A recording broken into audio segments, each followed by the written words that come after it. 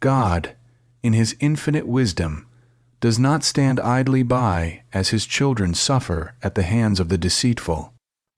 He sends His angels 5 divine messengers to guard those under attack, ensuring that darkness never has the final word. The first angel that comes is the angel of discernment.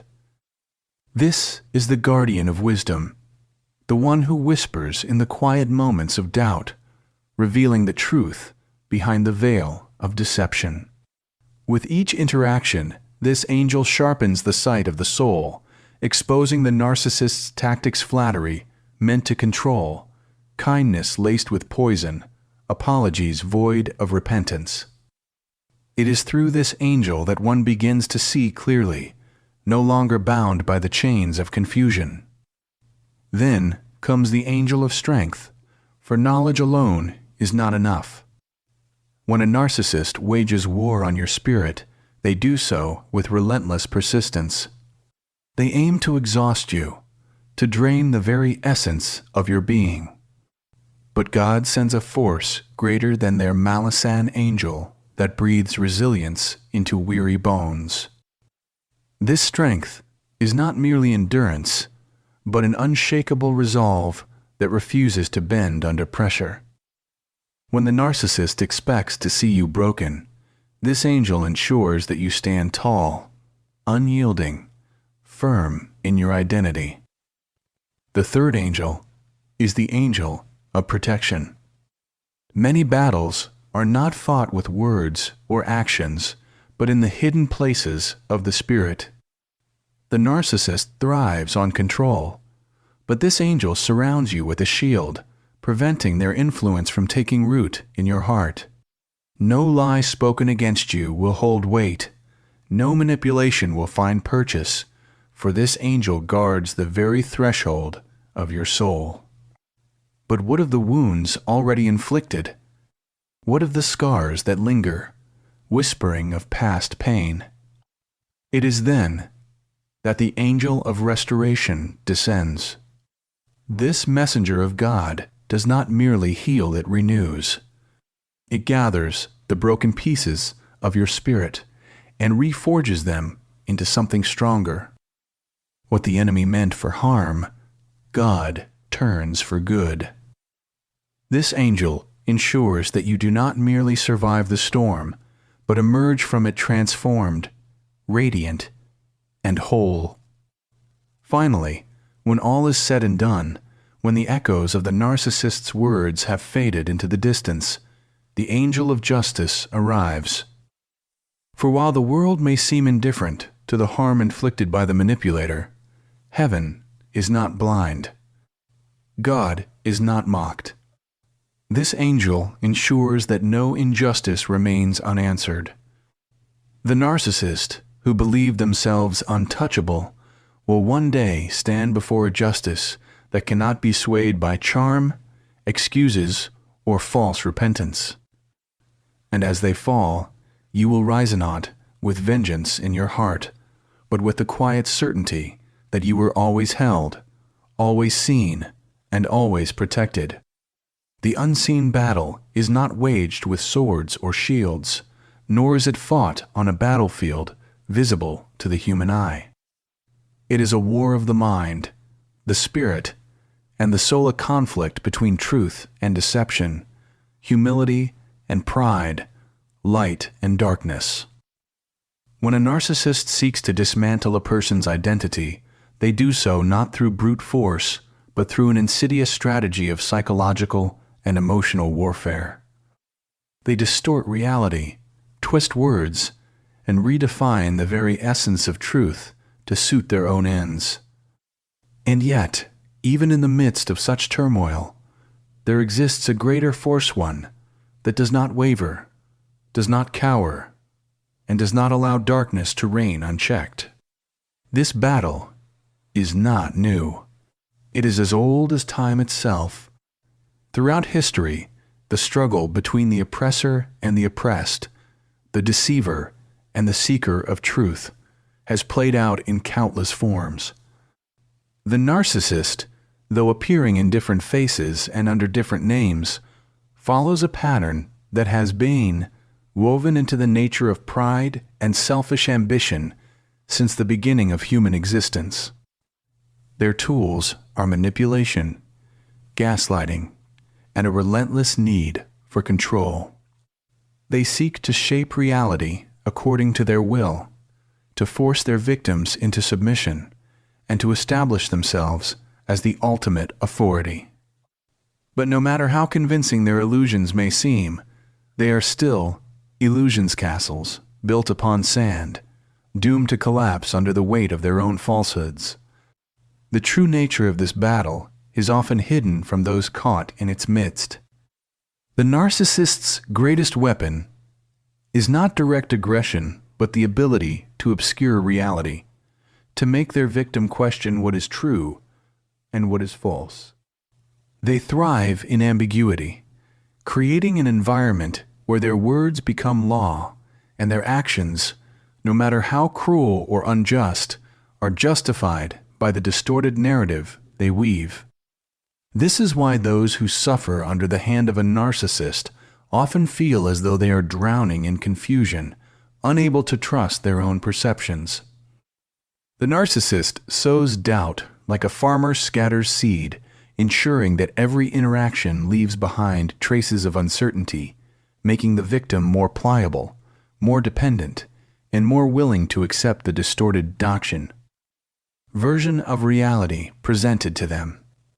It is in these moments of deepest confusion that the unseen battle becomes most critical. The forces of deception do not operate in isolation. They exist in opposition to something greater, the unwavering presence of truth. While the narcissist seeks to construct a false reality, there is an ultimate reality that cannot be bent, twisted, or reshaped by human hands. This reality is governed not by manipulation, but by principles that remain unshaken no matter how fiercely they are challenged. And just as the narcissist sows confusion, truth plants seeds of clarity, discernment, and revelation. For those who have suffered under the weight of manipulation, the emergence of truth often comes as a whisper rather than a shout. It begins as a quiet discomfort, an unshakable sense that something is not as it seems. Perhaps it is a contradiction in the narcissist's words, a moment of inconsistency that betrays the illusion. Perhaps it is an act of cruelty disguised as kindness, a sharp edge hidden beneath a velvet glove. Whatever form it takes, this initial revelation is the first step in breaking free from the web of deception. It is the first sign that the unseen battle is not one-sided, that there is resistance against the forces of manipulation, and that truth, no matter how obscured, will always find a way to make itself known. But recognizing the battle is only the beginning. Once the illusion is shattered, the narcissist does not simply concede defeat. On the contrary, they double their efforts, seeking to reinforce their narrative with greater force, more elaborate justifications, and more aggressive attempts to maintain control. This is when the battle intensifies, when the war shifts from mere deception to outright spiritual and emotional warfare. The narcissist may resort to threats, guilt, or calculated displays of affection designed to pull their victim back into the cycle of control. They understand that once a person begins to see the truth, the foundation of their power is at risk. And so, they will do everything in their power to keep their victim ensnared. It is here, in the thick of the battle, that the presence of divine intervention becomes most apparent. Truth is not a passive force. It is a living, active reality that fights on behalf of those who seek it. When the narcissist increases their grip, truth strengthens its hold. When the deceiver shouts louder, wisdom speaks clearer. And when darkness seeks to overtake the soul, light pierces through the shadows, revealing what was hidden. This is why, no matter how tightly a narcissist tries to hold on to their control, they can never truly possess the heart and mind of someone who has begun to see the truth. The unseen battle, then, is not merely a struggle between a victim and their oppressor. It is part of a greater war between forces that have existed since the beginning of time. It is a conflict between the false and the true, between chains and freedom, between the illusion of power and the reality of divine sovereignty. The narcissist, despite all their efforts, cannot escape the laws that govern truth and justice. Their empire of manipulation may stand for a time, but it is built upon falsehoods that will ultimately collapse. And when that moment comes, when the illusion is shattered and the victim steps into the light, they will realize that they were never truly alone in the battle. They were being fought for, guided, and protected all along. When the soul is under attack by a narcissist, it may feel as though all strength has been drained away. The battle is not waged with physical weapons, but through relentless psychological and emotional assaults, subtle yet devastating manipulations designed to weaken the will and erode the sense of self. The narcissist, in their desire for dominance, does not strike with open fists, but with carefully chosen words, strategic silence, and orchestrated acts of kindness that only serve to deepen the wounds. They operate in cycles, alternating between cruelty and false affection, creating a state of confusion that leaves their target emotionally exhausted. This exhaustion is not merely a side effect of their behavior, it is their goal.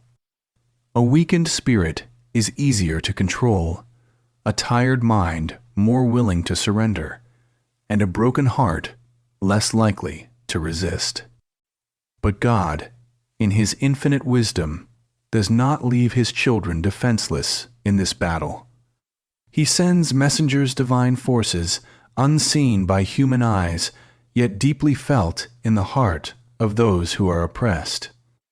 Among these is the angel of strength, a guardian whose presence is made known not in the absence of struggle, but in the resilience to endure it.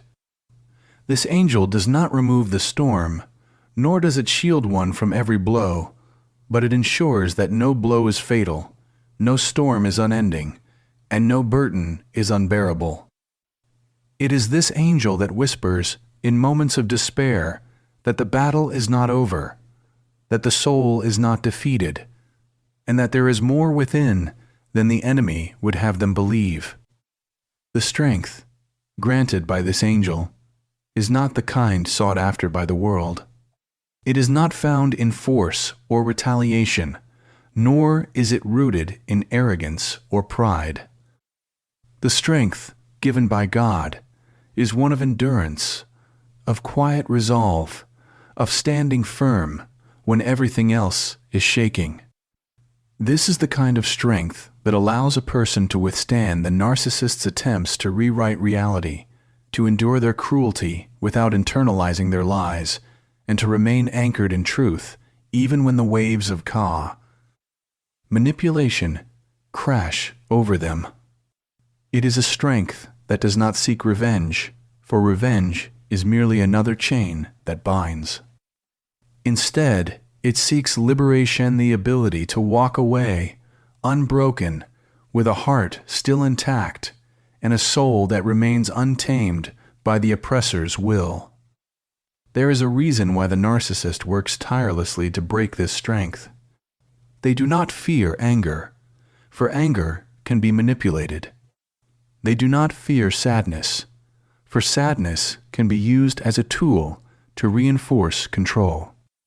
But strength true, unshakable, strength is a force that renders their tactics useless.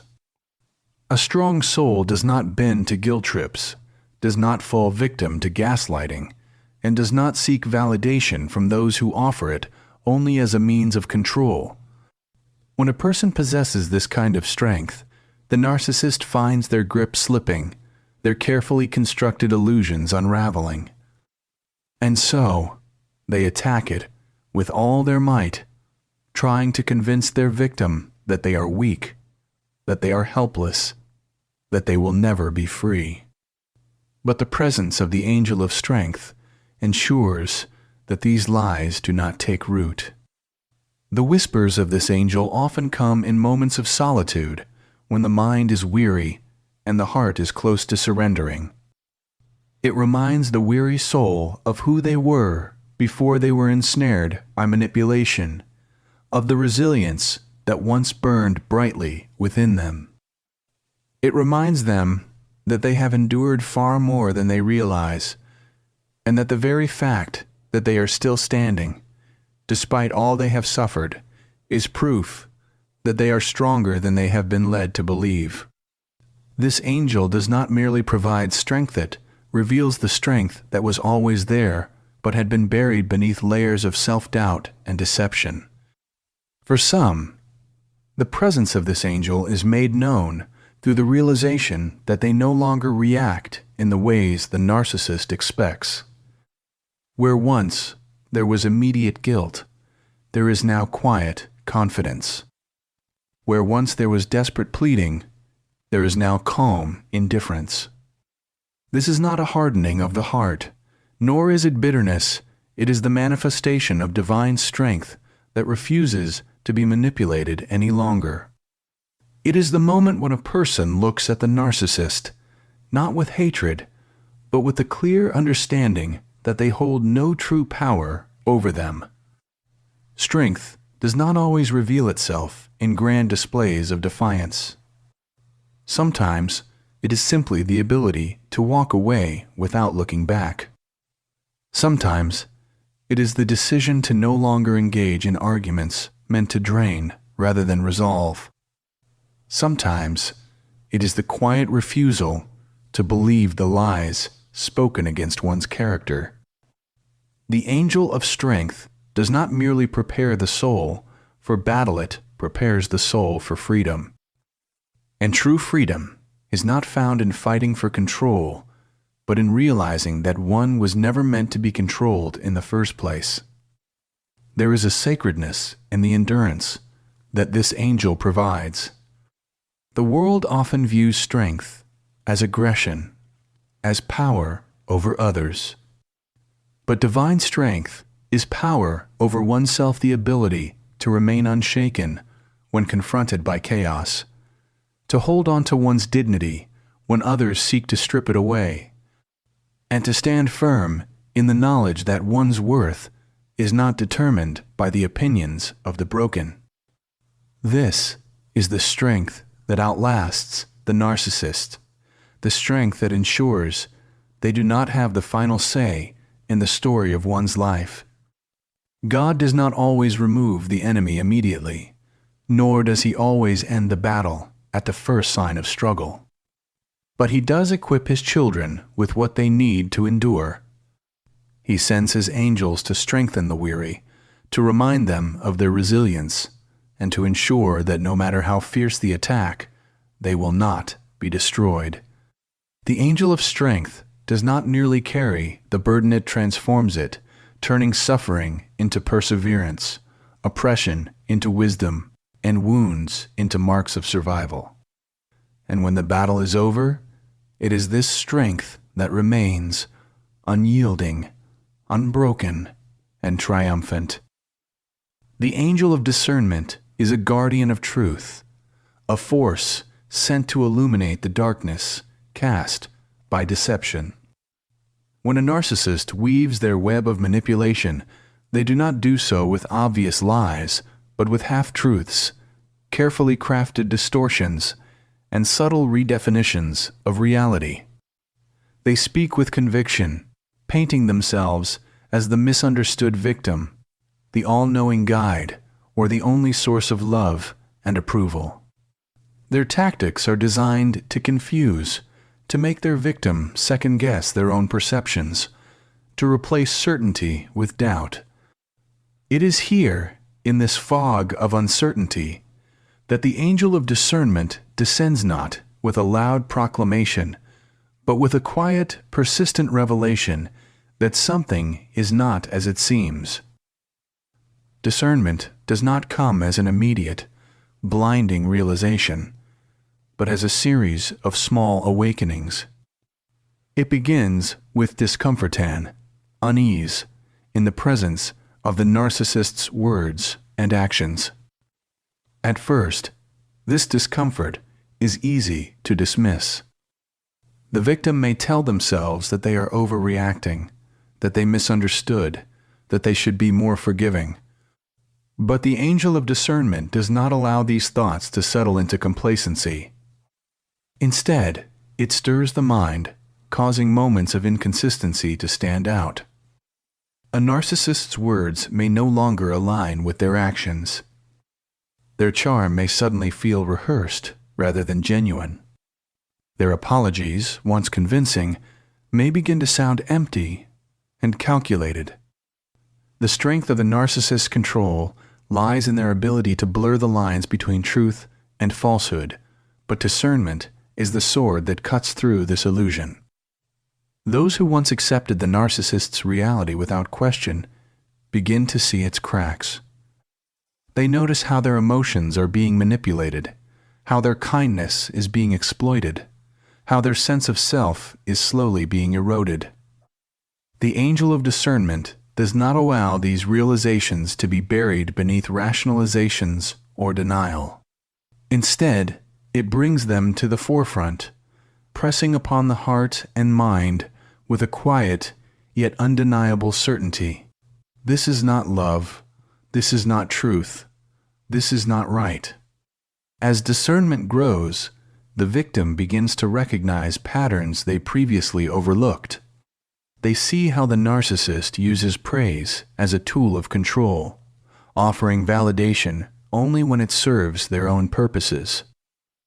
They notice how every act of kindness comes with an expectation, how every favor is later weaponized to create a sense of debt. They become aware of the way the narcissist shifts blame, never taking responsibility, always finding a way to turn the tables so that they emerge blameless while their victim is left questioning their own actions.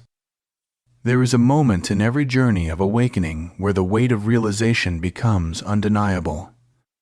The lies, once accepted as truth, now appear as glaring manipulations.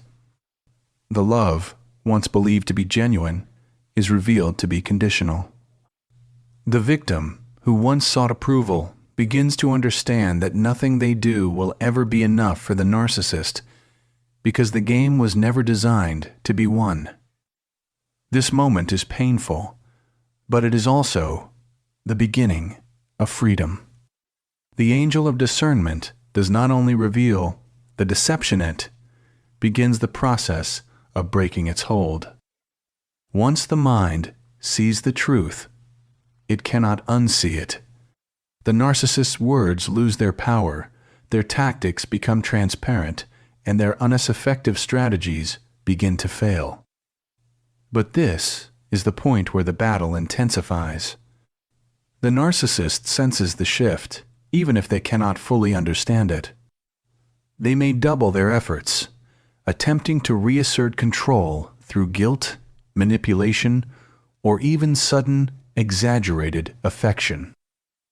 They may play the victim more dramatically, weaving new narratives to explain why they are misunderstood, why they are the true sufferer, why their victim should feel ashamed for pulling away.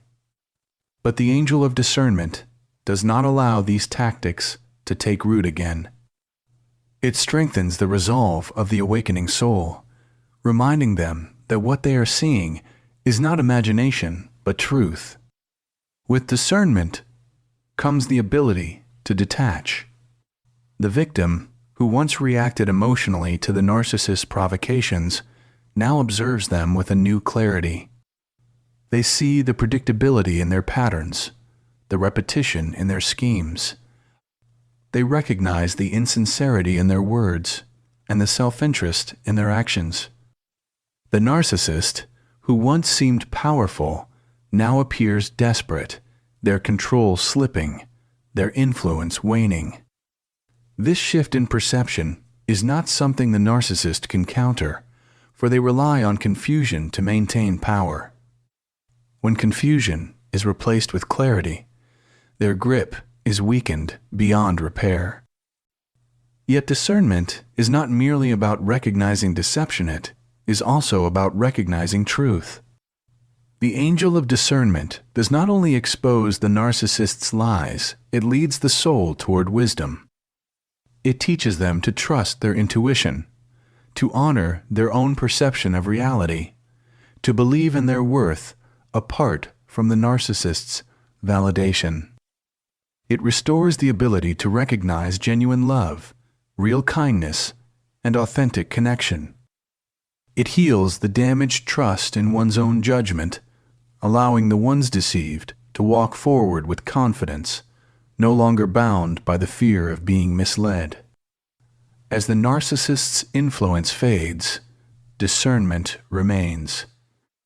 It becomes a lifelong guardian, ensuring that the lessons learned are not forgotten. It sharpens the mind against future deception, allowing the soul to move forward with newfound wisdom. The battle against manipulation is not only about escaping a single oppressor, but about equipping oneself to never fall into such bondage again. The angel of discernment ensures that this freedom is not temporary, but permanent. It turns pain into wisdom, deception into clarity, and oppression into empowerment. And in the end, it leaves the once victim standing in the light of truth, unshaken, unafraid, and free. The angel of peace arrives not as an absence of conflict, but as a stillness within it. When faced with the relentless turmoil of a narcissist's manipulation, the soul becomes weary. The mind is constantly on edge, anticipating the next accusation, the next twist of truth, the next wave of blame or guilt. The narcissist thrives on this inner disturbance, creating an environment where their victim is always questioning, always doubting, always seeking to fix what was never truly broken in the first place. It is a state of chaos, an emotional storm that clouds judgment and drains the spirit. Yet, in the midst of this storm, the angel of peace comes not to remove the external battle, but to quiet the internal one. This peace is not something granted by external circumstances, nor is it dependent on the narcissist's behavior. It is a peace that exists independently, untouched by manipulation, unmoved by accusations. It does not mean that the attacks stop, nor does it mean that the narcissist suddenly changes. What changes is the reaction, the way the heart and mind perceive the conflict. The angel of peace instills a deep understanding that the battle is no longer theirs to fight, that the need to prove, to argue, to justify has no purpose when one already knows the truth. The narcissist's greatest weapon is the ability to provoke, to elicit reactions that reaffirm their sense of control. They push buttons, stir emotions, and create situations designed to force a response. They feed off anger, they thrive on tears, they revel in confusion. But when peace enters the heart, these tactics begin to fail. The narcissist accuses, but there is no defensiveness. They provoke, but there is no emotional reaction. They expect chaos, but are met with calm. This is where their control begins to break. It is not resistance in the form of combat, but in the refusal to engage at all. It is the realization that one's inner world is no longer dictated by their turmoil. This peace is not weakness. It is not passivity or resignation. It is power, the kind of power that no narcissist can touch. It is the strength to walk away without explaining, to disengage without guilt, to no longer be bound by the expectation of approval or the need to be understood. The narcissist will try to disturb this peace, sensing its threat to their control. They will shift tactics, perhaps feigning remorse or using guilt to re-establish their influence. But the one who has received this peace no longer sees these tactics through the same lens. They recognize them for what they are, and because of this recognition, they are no longer affected. The angel of peace does not merely quiet the emotions, it shifts the entire perspective. It allows the oppressed soul to see the narcissist not as an all-powerful figure, but as someone deeply broken, desperately grasping for control to mask their own emptiness. With this realization comes the ability to step back, to no longer feel bound to fix, to change, to heal what was never theirs to heal. This detachment is not coldness, it is freedom. It is the ability to recognize that not every battle is meant to be fought, not every accusation deserves a response, not every plea for attention must be answered. Peace, once established, begins to reshape everything. It allows the heart to focus on healing rather than constantly bracing for the next attack. It opens space for joy where there was once only exhaustion. It brings back laughter that had been stifled, a sense of self that had been overshadowed by the constant demands of the narcissist's world. The angel of peace does not remove the narcissistic, removes the hold they once had over the mind and soul. With this peace, there is no longer a need to seek closure from the narcissist. There is no longer a longing for validation, no more replaying of conversations, no more wondering what could have been done differently. There is only acceptance, acceptance that some battles are not meant to be won, that some people will never see the truth, and that real freedom is not found in changing them, but in releasing them. The narcissist will not understand this peace. They may see it as arrogance, as indifference, as something unnatural. They may try to reinsert themselves, to test if their influence still remains. But the one who has embraced peace no longer sees them in the same way. The words that once had power now carry none. The accusations that once caused pain now hold no weight. The mind, once trapped in endless cycles of defense and justification, is now still, unmoved by their attempts to pull it back into chaos. The angel of peace teaches that true victory is not in defeating the narcissist, but in no longer being affected by them. It is in reclaiming the self, in finding joy again, in living without the weight of their control. It is in recognizing that peace is not given by others, nor can it be taken away. It is something that comes from within, something that is cultivated through awareness, through wisdom, through the quiet understanding that one's worth, one's truth, one's life is no longer tied to the chaos of another. This peace is not easily gained. It requires letting go of the need to be understood, the need to be right, the need to make the narcissist see the truth. It requires surrendering the fight, not in defeat, but in the knowledge that the fight was never truly necessary in the first place. It requires trusting that true justice is not found in winning against the narcissist, but in living beyond them. Once this peace is found, it remains. It does not waver when the narcissist lashes out. It does not break when old wounds are pressed. It does not disappear even when memories surface. It becomes a foundation, an unshakable inner sanctuary where the narcissist can no longer reach. The angel of peace does not remove the memory of the battle, it transforms it. It takes what was meant to destroy and turns it into wisdom, into strength, into a quiet and unwavering certainty that the soul, once tormented, is now truly free. The angel of restoration moves quietly, not with sudden miracles, but with the steady work of healing what was broken. When a narcissist tries to destroy a person, they do not merely attack the external aspects of life. They target the inner world, the sense of self, the ability to trust, the belief in one's own worth. They erode confidence, distort reality, and leave behind a version of their victim that barely resembles who they once were. They take without giving, wound without remorse, and leave scars that linger long after they are gone.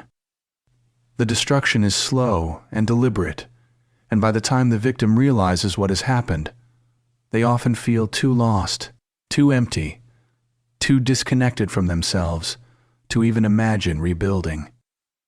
Yet the angel of restoration comes precisely in this place of desolation. It does not demand immediate wholeness, nor does it expect an overnight return to joy. Instead, it begins with a whisper, a reminder that the person who existed before the narcissist's influence is not gone, only buried. It begins with a small stirring, a gentle push toward rediscovering what was lost. Perhaps it starts with a forgotten passion, an old hobby, a memory of laughter that once came freely. Perhaps it is simply the realization that the exhaustion that has settled into the bones is not permanent, that life does not have to be lived in a state of constant tension and fear. Restoration is a process, and the narcissist's damage cannot be undone in an instant. The wounds they inflicted were not only about what they said or did, but about what they convinced their victim to believe. They planted seeds of doubt, made their victim feel unworthy, incapable, small. Their power was in persuasion, in repetition, in the slow and steady erasure of confidence. To restore what was lost, the angel of restoration begins the opposite process, rebuilding, not through force, but through gentle, persistent truth. It does not rush, but works patiently, strengthening what was weakened, filling in the hollow spaces left by years of manipulation. The journey begins with reclaiming identity. A person who has been under a narcissist's control often forgets who they are outside of that toxic influence. Their likes and dislikes, their dreams, their sense of self-worth have all been shaped by what the narcissist wanted them to be.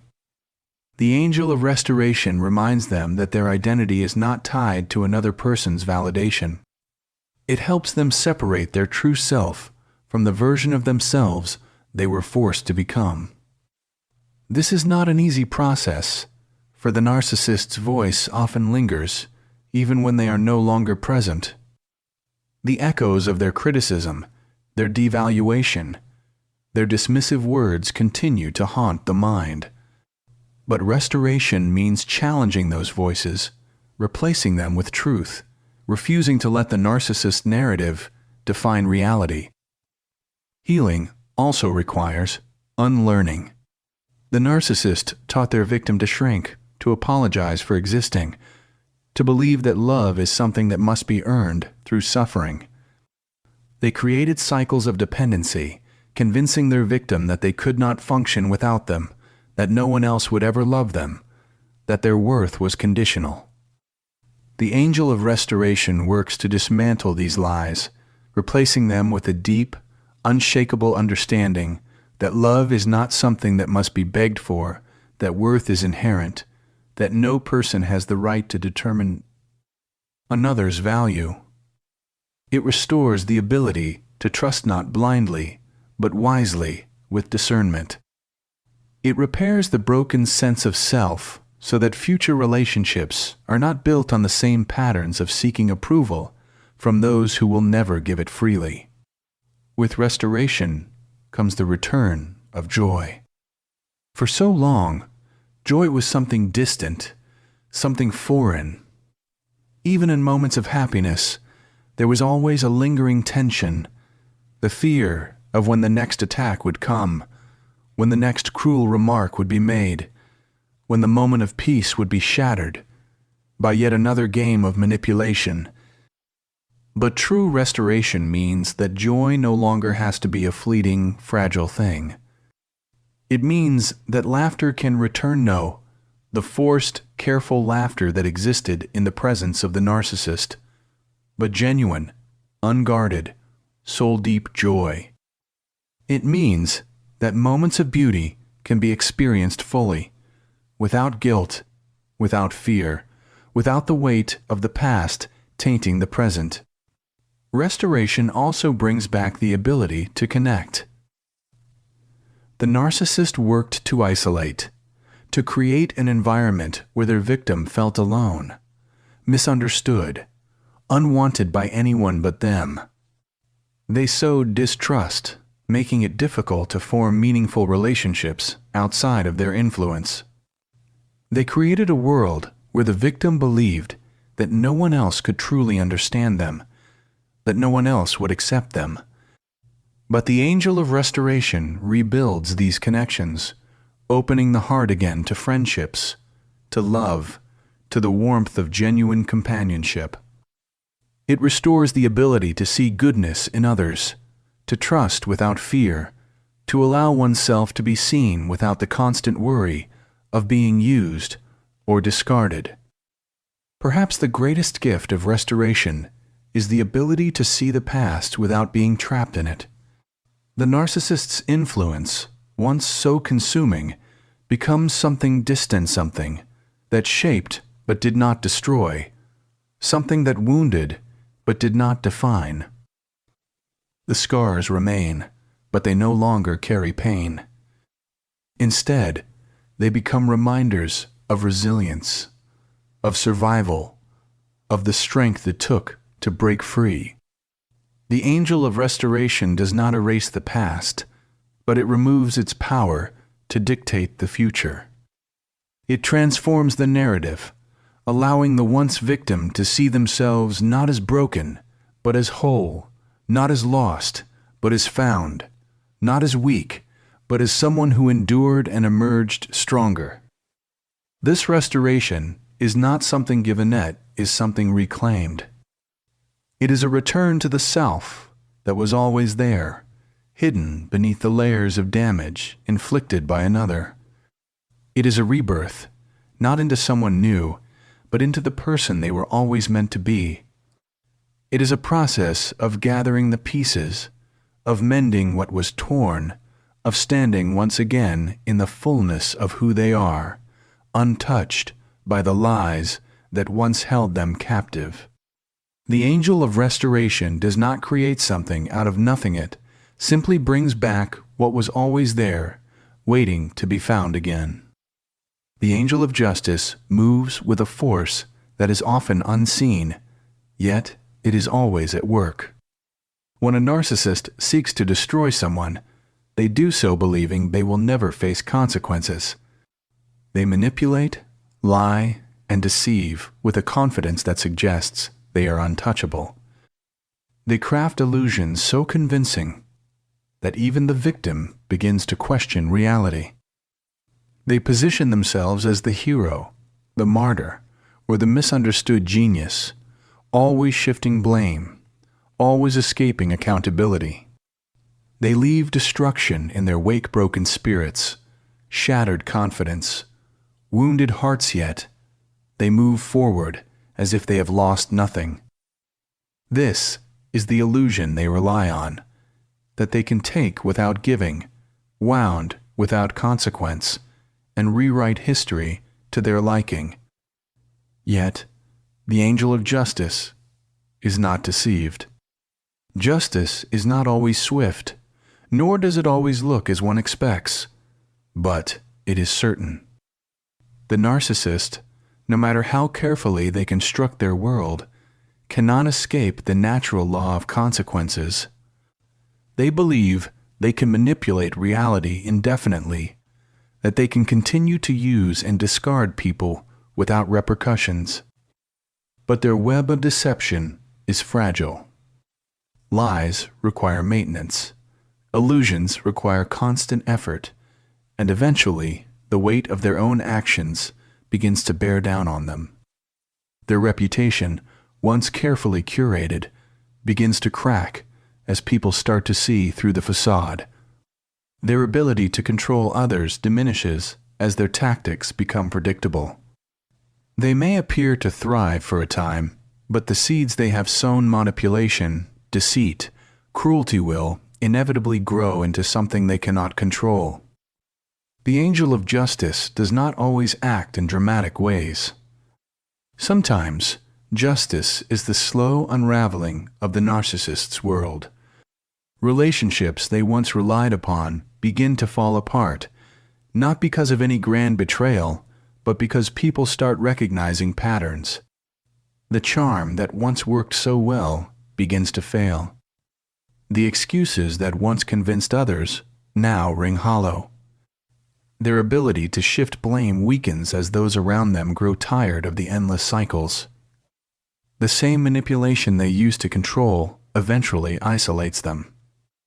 They may try to rebuild, to seek out new victims, but even that becomes more difficult as their history follows them. Justice is also seen in the healing of the victim. The narcissist's goal was destruction, to leave their victim so broken that they could never fully recover. But when the victim begins to heal, when they find strength again, when they reclaim their life, that is a form of justice no narcissist can escape. They thrived on control, and nothing is more devastating to them than realizing they had lost it. They wanted to be the central figure in their victim's story, and nothing wounds them more than realizing they are no longer even a thought in the mind of the one they tried to destroy. The angel of justice ensures that while the narcissist remains trapped in their own cycles, their victim is set free. There are times when justice is more visible. The narcissist, in their arrogance, often overreaches. They believe they are invincible, that their ability to manipulate will never fail them. But there comes a moment when they push too far, when their lies catch up with them, when the people they once controlled turn against them. The same charm they used to deceive is now seen as empty. The same strategies they used to gain power now expose their true nature. They find themselves facing consequences they never expected: legal trouble, public disgrace, the loss of their carefully constructed empire.